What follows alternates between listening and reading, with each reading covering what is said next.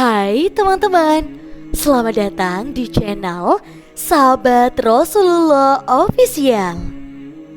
Dahulu kala, di tanah Syam hiduplah seorang nabi bernama Yusuf.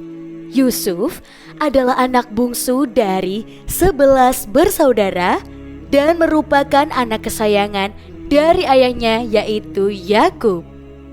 Yakub sangat mencintai Yusuf sehingga ia memberikan sebuah jubah indah sebagai hadiah untuk Yusuf.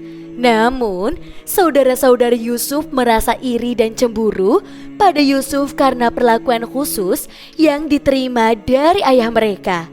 Suatu hari, Yusuf bermimpi bahwa matahari, bulan, dan 11 bintang sedang tunduk padanya.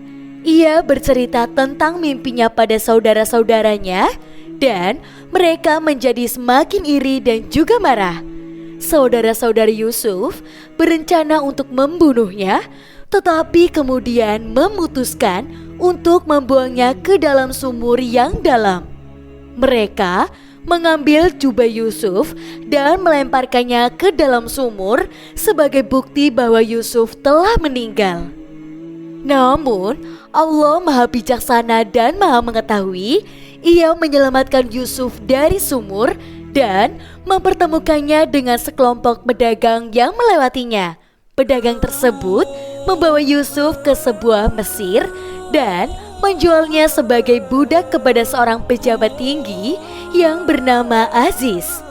Aziz melihat kecerdasan, kebijaksanaan, dan kepercayaan diri dari seorang Yusuf, sehingga ia menjadikannya pengawas rumah tangganya. Yusuf kemudian diuji dengan godaan ketika Aziz istri mencoba menggoda Yusuf untuk berzina.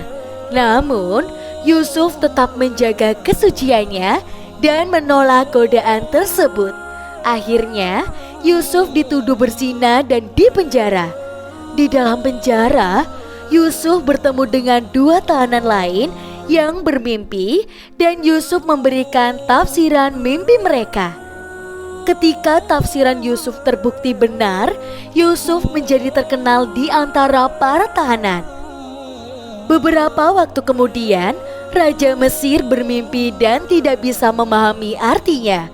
Salah satu tahanan yang pernah bertemu dengan Yusuf mengingat kembali kesaktian Yusuf dalam menafsirkan mimpi dan merekomendasikan Yusuf kepada sang Raja Mesir.